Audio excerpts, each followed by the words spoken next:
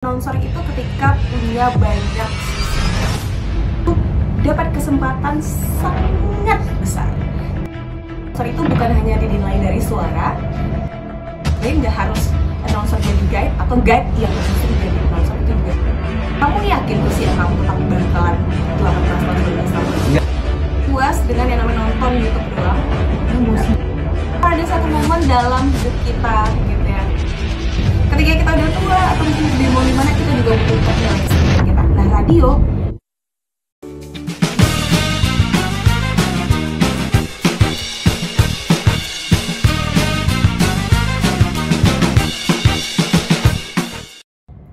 Assalamualaikum warahmatullahi wabarakatuh. Hai halo Sobat Chef.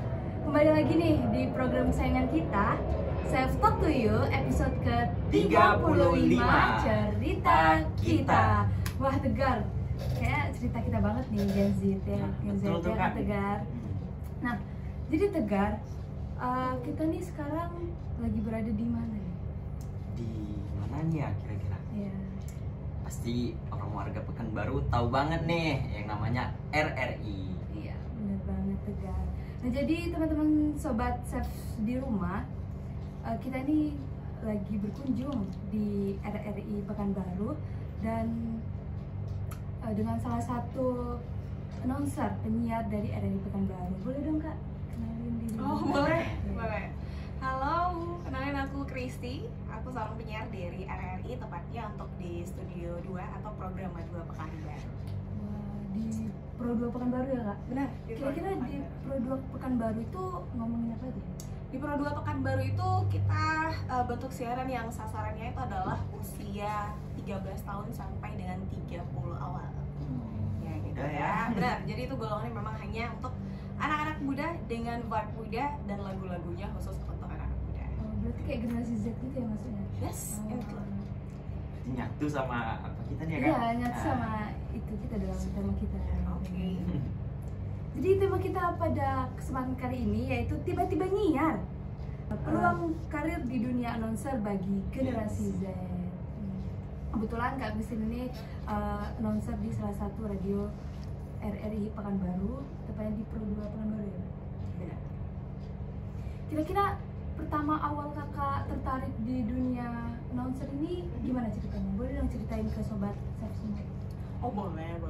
Sebenarnya sih fokus ke announcernya itu agak sedikit telat, lebih duluan ke dunia televisi sebelumnya. Sebenarnya ke dunia televisi itu sejak SMA. Wah, Sebenarnya Mantap agak banget terkira. ya. Sejak SMA guys. Ya, sejak SMA abis itu aku lalang ke dunia jurnalistik buat berita gitu. Setelah itu ada dengar lowongan, dan itu biasa tuh diajak teman ya, teman kan coba jadi penyiar yuk gitu katanya, karena dia dengar iklan atau mungkin ya pengumuman melalui radio sebelumnya. Yuk ikut katanya. Aku datang, teman aku kagak, jadi aku ditinggalin untuk tes sendiri atau momen, dan akhirnya ya udah kejebak ke situ. Keterima udah sampai dengan sekarang. Kejebaknya jadi peluang karir ya kak? Yes, benar. Mantap. Gitu. jadi Tegar, kakak ini kan mulai tahun berapa Kak Di RRI-nya kalau nggak salah dari 2017. Udah banget ya. Tamat SD kayaknya kira-kira. Oh iya ya. Aduh. SD.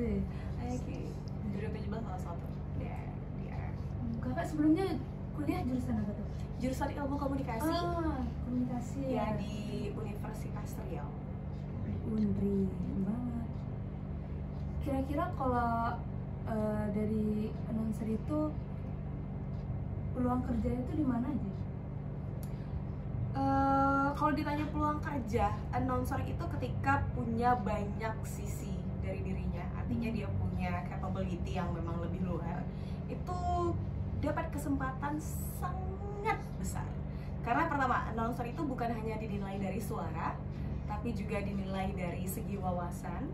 Yang ketiga itu dari segi pemilihan kata-kata dan juga bahasanya gitu ya kan, attitude-nya gitu, itu juga memang jadi salah satu kesatuan untuk membentuk seorang announcer. Spotnya itu ya balik lagi, selain dunia media ya, kalau announcer itu adalah dunia media, kita juga bisa masuk ke dunia pemerintahan menjadi seorang protokoler. Selain itu kita juga bisa masuk ke dunia swasta, juga bisa, sangat bisa. Kayak seperti di balik layar announcer itu juga bisa jadi di balik layar seperti voice over dan lain sebagainya gitu ya kan. Announcer itu juga punya spot untuk bahkan terjun ke dunia wisata gitu ya kan, like guide ya, seperti seorang guide gitu. Itu juga bisa jadi kayak sebenarnya nggak harus announcer jadi guide atau guide yang justru jadi announcer, itu juga bisa. Jadi kalau punya skill dan kemampuan seorang announcer, punya banyak kesempatan di banyak tempat gitu. Banyak peluang karir juga ya. Kira-kira kalau seorang announcer itu harus bisa bahasa Inggris nggak? Tidak harus, tapi paling tidak kamu paham dan mengerti.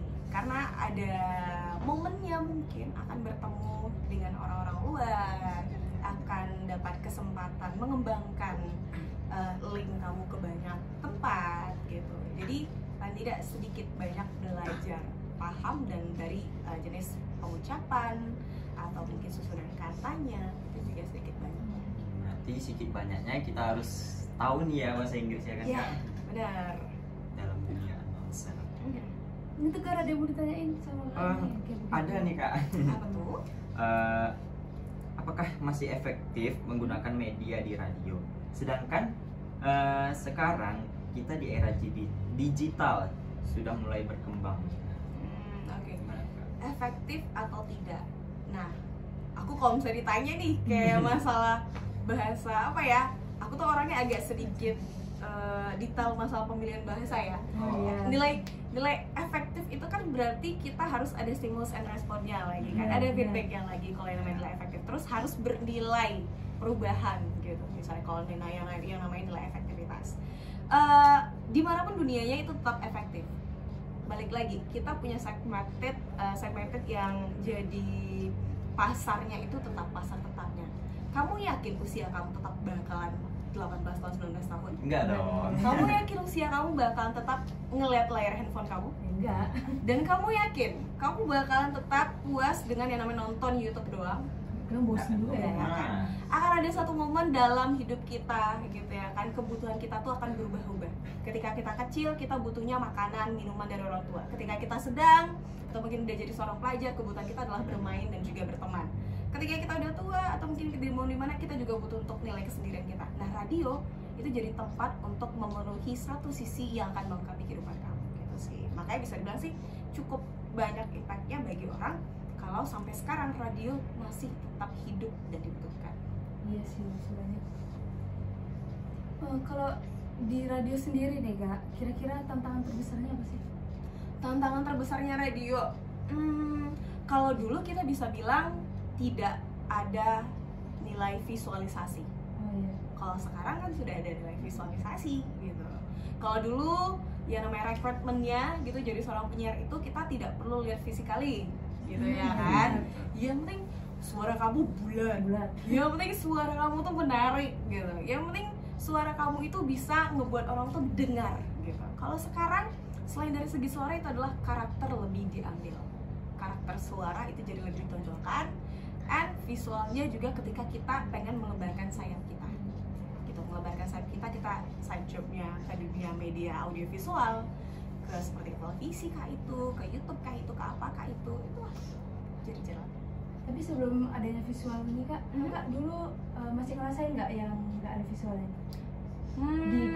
Di Pro 2, oh langsung udah ada visualnya sih. Dari 2017 kita udah mencoba untuk terjun dan juga ngekolaborasiin audio dan juga visual sebelumnya. Meskipun dulu waktu pertama kali misalnya apa ya, habis daftar, lolos gitu kan, belajar, aku tuh bener-bener berharap jangan ada visual. Kenapa? Nyaman aja ngobrol tanpa ada orang yang tahu siapa kamu. Kira-kira dari pendapat Kakak lebih enak di ada visualnya atau enggak nih? Sebagai orang yang butuh orang lain untuk mendengarkan, jadi aku tuh pengen ngomong biar ada orang yang dengerin. Iya. Gitu ya kan. Jadi aku lebih senang kalau misalnya tidak harus kelihatan. Tapi sekarang karena nilai jual kita adalah melengkapi kebutuhan dari banyak orang, itu tujuan kita, visi misi kita adalah melengkapi kebutuhan dari banyak orang, untuk kita harus ada visual. Karena visual juga penting ya untuk nge-branding diri kita juga ya. Benar. Jadi kalau misalnya lagi nyiar nih Kak, terus tiba-tiba narasumbernya nih nggak banyak omong tuh gimana dari kakak sendiri? Memang jadi sebuah Kayak kerepotan tantangan gitu Iya. ya kan kak? bener jadi kerepotan pokoknya. Cuman ya balik lagi, biarlah kita dibilang tukang telan kata alias ngomongnya bejibun banget gitu ya kan. Yang penting itu berisi dan itu tetap ada dan isi obrolnya tetap muncul. And pemilihan pertanyaan yang mungkin bakal kita ajuin ke orang-orang yang kayaknya sikit banget obrolannya itu harus tepat gitu. Cara menarik dia untuk ngobrol biar dia mau untuk bersuara. Wah, karena kan nggak semua orang bisa ini ya, ungkapin Benar. suara. Dari Tegar sendiri nih kak, ada Mhm. pertanyaan. Bagaimana pendapat kakak ini tentang Gen Z yang malas mendengarkan informasi lewat radio? Oh, oke. Malas mendengarkan informasi lewat radio Ya, gitu karena ya. kan generasi muda sekarang ini lebih acuh tak acuh gitu Mhm. terhadap apalagi media radio nih. Mhm. Benar ya. Memang tidak semua Gen Z yang acuh tak acuh gitu. Kalau dibilang dominan dan juga banyak ya, boleh lah. Meskipun aku sebenarnya nggak terlalu setuju karena memang masih ada cukup banyak orang yang menyenangi dunia radio atau dunia audio saja gitu. Karena ada mendapatkan rasa ketenangan dan kenyamanan kalau dari Iya. dunia audio itu. Jadi itu berbeda karena setiap orang kan juga balik lagi karakternya berbeda Iya, ya. betul. Terus ya, gimana caranya kalau misalnya untuk ngedirect anak-anak yang nggak mau dengar informasi dari dunia radio gitu ya. Balik lagi, kesukaan dari generasi Z itu memang tidak hanya mendengarkan, mereka kan mau lihatnya sesuatu hal yang kata-katanya itu singkat, pendek, instan, to the point, and visualisasi juga muncul. Nah makanya ketika kita nge-upload sebuah konten atau mungkin mengeluarkan sebuah audio informatif, kita sertakan audio, terus keterangan visualisasinya, gambarnya, dan statement yang singkat, padat, dan jelas. Jadi menarik perhatian para anak muda lah ya. Yes. Ngomongin tentang radio nih, kita dengar dari belakang layar tadi nih, apakah benar Kak Kristi ini merupakan salah satu penyiar terfavorit di Sumatera? Hah?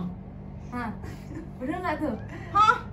Sumatera tuh banyak banget tahu penyiarnya, pada nggak tahu aja, coba dicari-cari gitu. Dari Bukit Tinggi, dari Medan, dari Palembang, Jambi itu juga pada banyak banget tahu.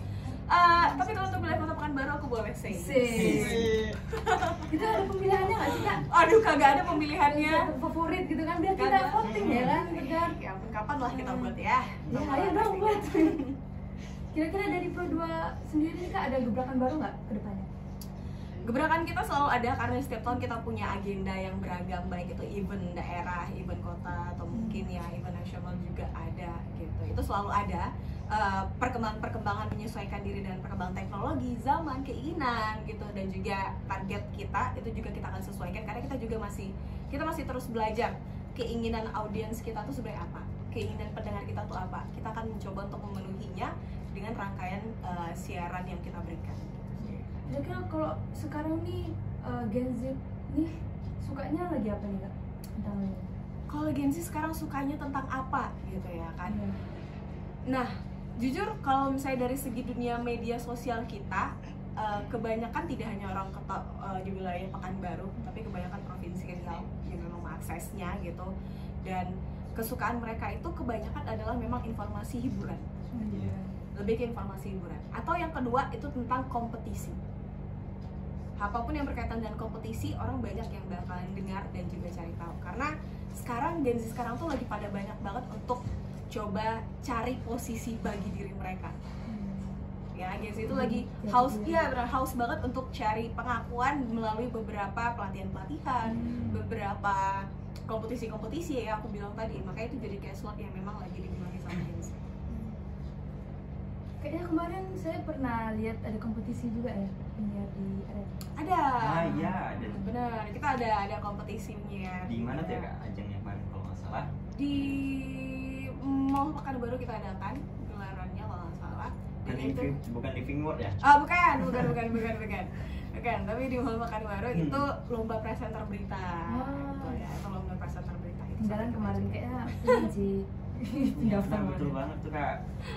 Aduh, itulah kenapa nggak pada ikut. Nah, itulah. Kita tidak membaca informasi, itulah salahnya kan. Itu kan? Oh, ada nih kak pertanyaan lagi. Apakah orang yang tidak lancar untuk berbicara seperti malu atau tidak percaya diri bisa menjadi announcer? Announcer itu bukan karakter, announcer itu bukan didasarkan kepada kepribadian teman-teman. Ya, tolong diralat. Jadi seorang announcer bukan dikaitkan dengan kepribadian. Kalau misalnya kepribadian kamu ya pemalu, kepribadian kamu itu orangnya tidak percaya diri, itu tidak menjadi 100% mewujudkan kamu tidak akan jadi seorang announcer. Salah gitu, karena announcer itu berdasarkan kemampuan bukan karena kepribadian gitu. Jadi ketika kemampuan itu ya balik lagi, kemampuan itu didapat hanya ada dua, bakat dan juga latihan gitu sih. Jadi siapapun itu sebenarnya mau pemalu atau tidak itu pasti bakal bisa jadi seorang announcer. Berarti semua orang bisa menjadi seorang announcer. Enggak, jadi nggak menghambat lah, kepribadian itu tidak menghambat untuk bisa menjadi announcer ya. Benar. Kira-kira boleh dong Kak kasih tips untuk teman-teman di rumah nih untuk supaya pede ngomong di depan gitu. Kayak kita tuh kan kayak introvert Masih gitu. ya Belajar itulah proses. Ada pernah baca nggak sih banyak yang kayaknya nge-war yang lebih jago public speaking tuh introvert atau extrovert? Orang sempat pernah bertanya-tanya dan juga mengajukan pertanyaan itu di dunia maya gitu ya kan. Dan sebenarnya itu tidak mempengaruhi. Sekali lagi, kepribadian itu tidak mempengaruhi kamu jago untuk public speaking, kamu jago untuk ngomong atau tidak, itu tidak mempengaruhi gitu ya. Hanya cukup untuk sebuah pelatihan juga. Yaitu pilihannya itu tadi dua, bakat atau pelatihan tadi gitu ya kan.